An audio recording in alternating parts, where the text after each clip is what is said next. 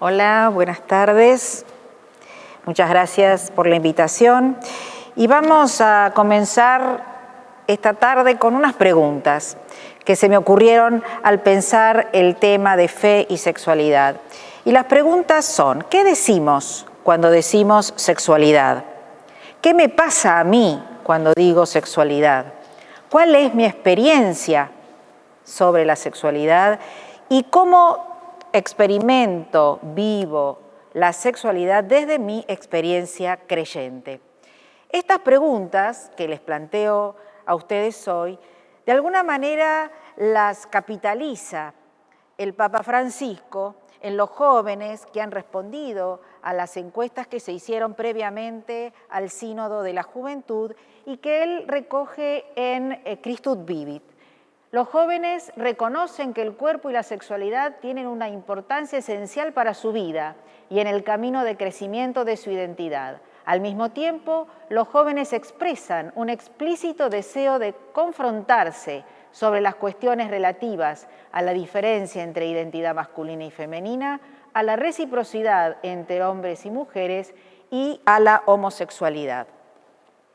Mi identidad sexual, mi corporalidad, son dimensiones esenciales dentro de lo que es mi vida. Y estas dimensiones son constitutivas de mi ser, de mi crecimiento, de mi desarrollo. Entonces vamos a preguntarnos primero, ¿qué decimos cuando decimos sexualidad? Y esta pregunta me remonta a años remotos, a mi infancia. En sexto grado, la señorita Mabel nos hizo esta misma pregunta cuando cursábamos en la escuela Ciencias Naturales. Y nos dijo, éramos 30 compañeritas, nos dijo, chicas, ¿en qué piensan cuando escuchan la palabra sexualidad? Y ahí surgieron un montón de respuestas y también un montón de interrogantes a preadolescentes que estaban entusiasmadas por develar todos los misterios de la sexualidad. Y la verdad es que en mi colegio, ya por los años 70, reflexionábamos sobre estas temáticas y de alguna manera fueron aportando a nuestro crecimiento, a nuestro desarrollo, y se lo agradezco a la institución, porque me hicieron personalmente y a mis compañeras vivenciar la vida sexual y mi desarrollo sexual de una manera absolutamente entramada con los valores de la responsabilidad, la comunión y la unidad. Por eso brego y sigo bregando para que la educación sexual integral pueda aplicarse e implementarse en todas las instituciones educativas. Y también especialmente en las escuelas católicas, que le podemos agregar un plus de sentido por nuestra entraña cristiana. Y quiero compartir con ustedes de los cuadernillos, de los lineamientos de la educación sexual integral, la descripción que asume la ley y que la toma de la Organización Mundial de la Salud. Porque cuando nos preguntamos qué decimos cuando decimos sexualidad, tenemos que tener un contenido. Y ese contenido me parece que está muy bien descrito en esta definición de la Organización Mundial de la Salud. El término sexualidad se refiere a una dimensión fundamental del hecho de ser humano. Se expresa en forma de pensamientos, fantasías, deseos, creencias, actitudes, valores, actividades, prácticas, roles y relaciones. La sexualidad es el resultado de la interacción de factores biológicos, psicológicos, socioeconómicos, culturales, éticos, religiosos o espirituales. En resumen, la sexualidad se practica y se expresa en todo lo que somos, sentimos, pensamos y hacemos. Como verán, esta descripción es amplia y alberga mucho más que la comprensión de la sexualidad como genitalidad o como relaciones sexuales, porque integra en nuestra identidad muchas dimensiones que hacen a la vida sexual y que no la comprometen solamente con el aspecto biológico, que es lo que acostumbramos a pensar. Relacionamos sexualidad con sexo, con biología.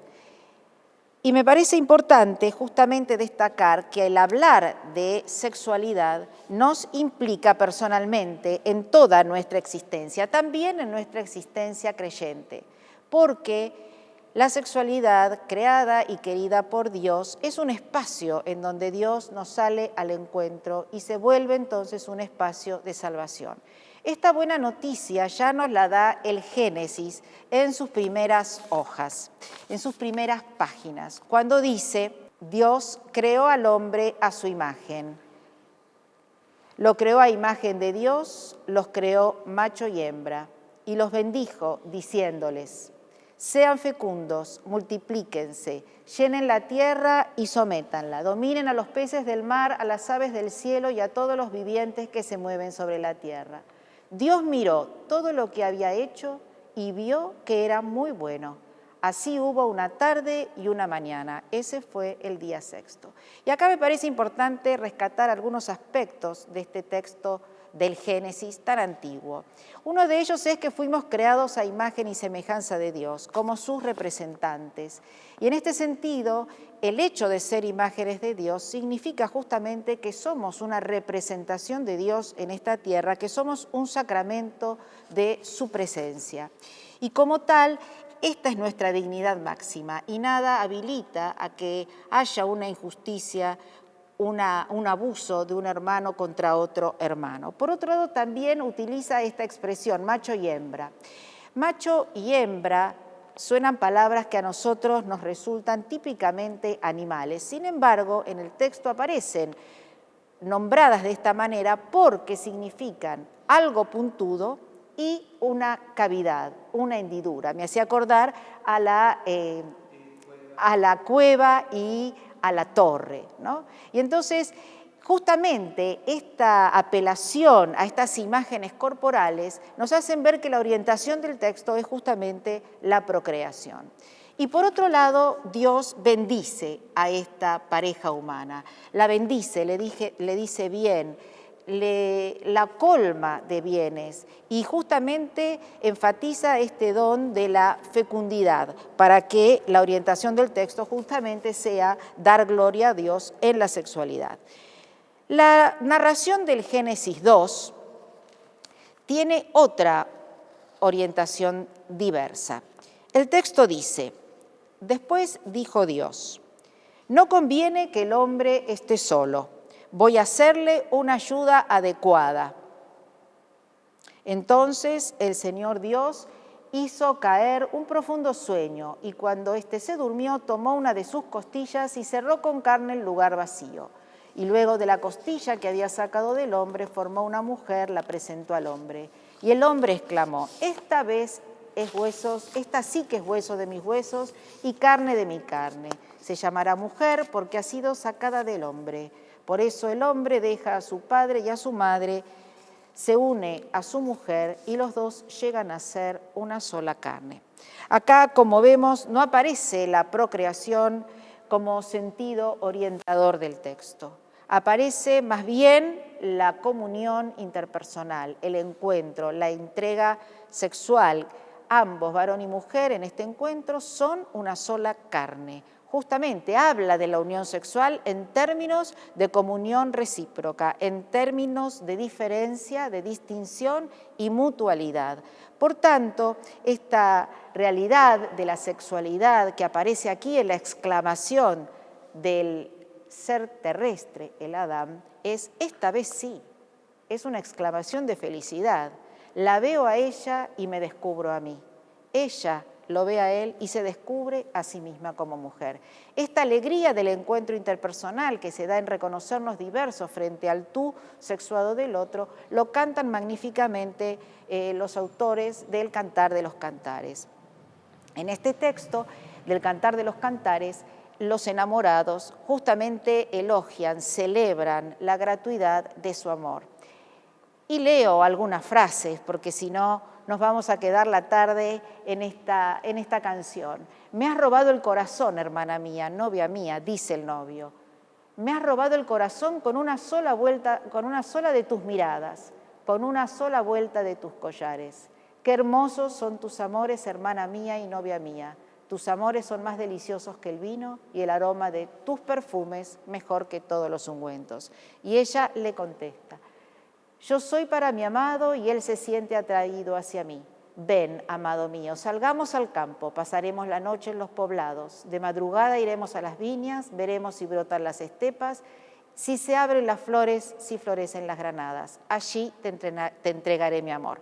Este amor apasionado, el canto que de alguna manera celebra este erotismo, esta llamada, esta tensión del encuentro mutuo en jardines, perfumes, placeres, ¿no? Nos da la idea de que en la Biblia también el placer está asociado a la sexualidad y como dice el texto del Génesis, Dios lo creó y vio que todo estaba muy bien.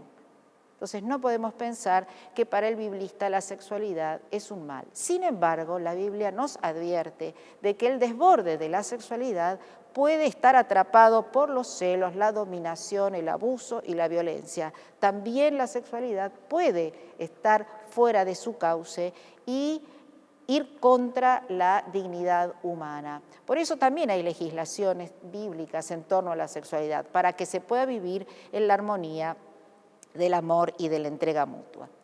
Y me preguntaba también, ¿qué nos dice Jesús sobre la sexualidad? Porque recorrimos rápidamente la palabra de Dios en la Biblia hebrea y ahora nos preguntamos, ¿y Jesús qué dice? Jesús retoma las enseñanzas de los orígenes o de los textos sobre los orígenes sobre el amor, más que los textos legislativos sobre la sexualidad.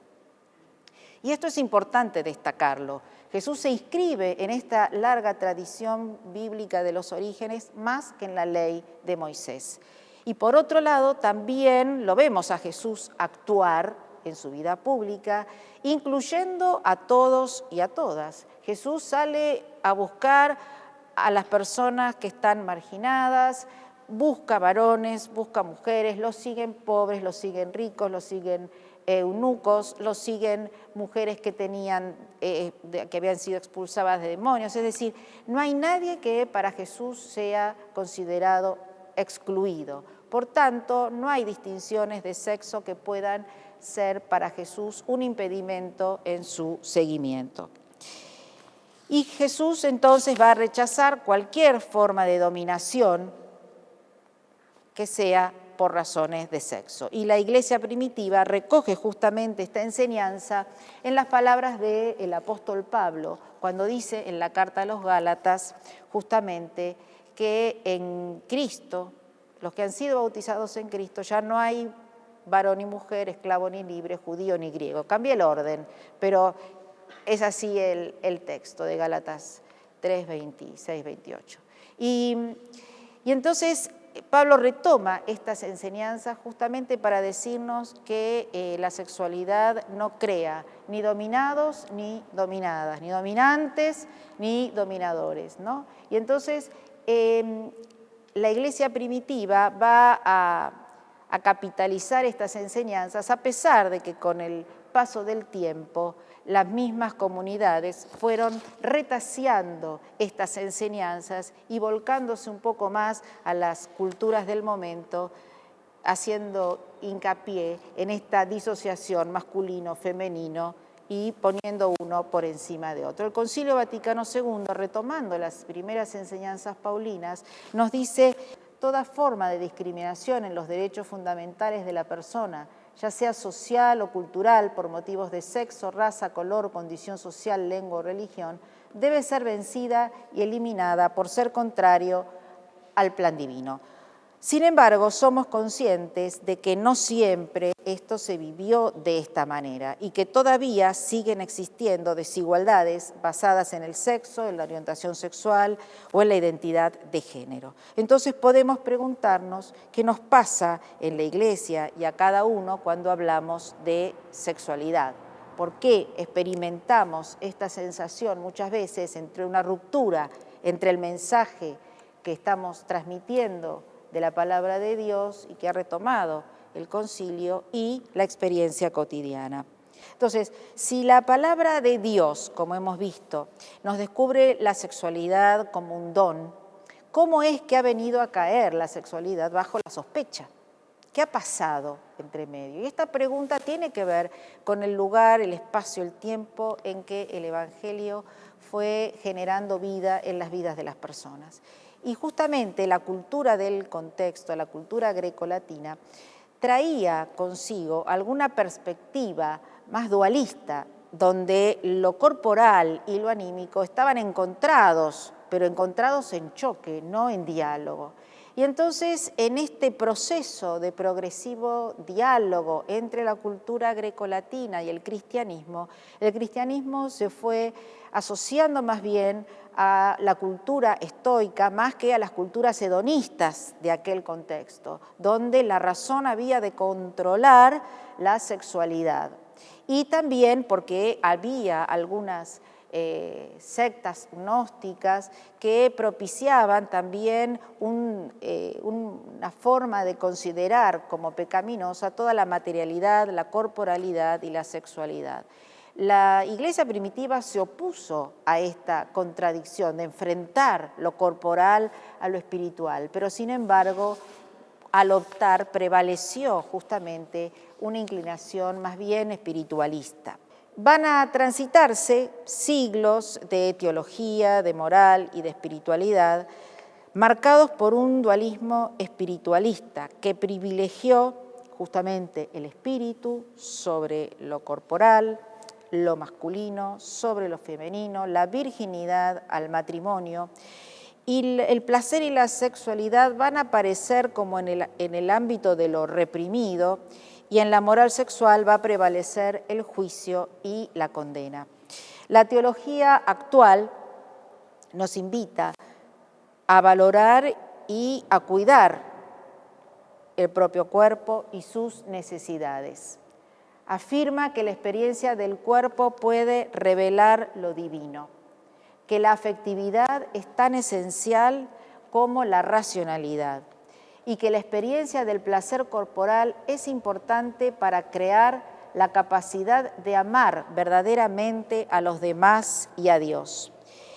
Y entonces nos tenemos que preguntar cómo enriquece mi vida personal, mis propias convicciones creyentes, si Jesús nos dijo: he venido para que tengan vida y la tengan en abundancia. La sexualidad no puede ser un obstáculo para nuestra fe. Al contrario, tiene que ser un canal de vida donde podamos expresar quiénes somos, qué sentimos, qué deseamos y qué soñados. Porque la sexualidad es una dimensión fundamental de nuestra vida y no podemos despreciarla ni tampoco podemos convertirla en un fin en sí mismo. Dios nos dio todo para que lo disfrutemos, también nuestra sexualidad, porque si la sexualidad entraña placer, el placer se convierte también en un don de Dios, para que podamos estar agradecidos, para que podamos convivir en felicidad. Y la sexualidad, como comunión en el amor, también es un signo de la comunión trinitaria. Dios se expresa en esta Trinidad inmanente en nosotros mismos como donación en el amor. Y entonces en la sexualidad podemos reflejar el amor de Dios, que es comunión de personas. Y como toda vida cristiana está animada por el amor, también la sexualidad habrá de estar expresando el amor. El otro, la otra, siempre será un fin en sí mismo, con su libertad y su autodeterminación. Nunca la persona puede convertirse en una mediación para un fin. El otro es un fin en sí mismo. Y toda relación de índole sexual nos exige amor y justicia. No herir injustamente. Libertad de consentimiento, reciprocidad, igualdad, compromiso y la fecundidad de un amor que sale de sí, se abre al tú y del nosotros a todos. Muchas gracias.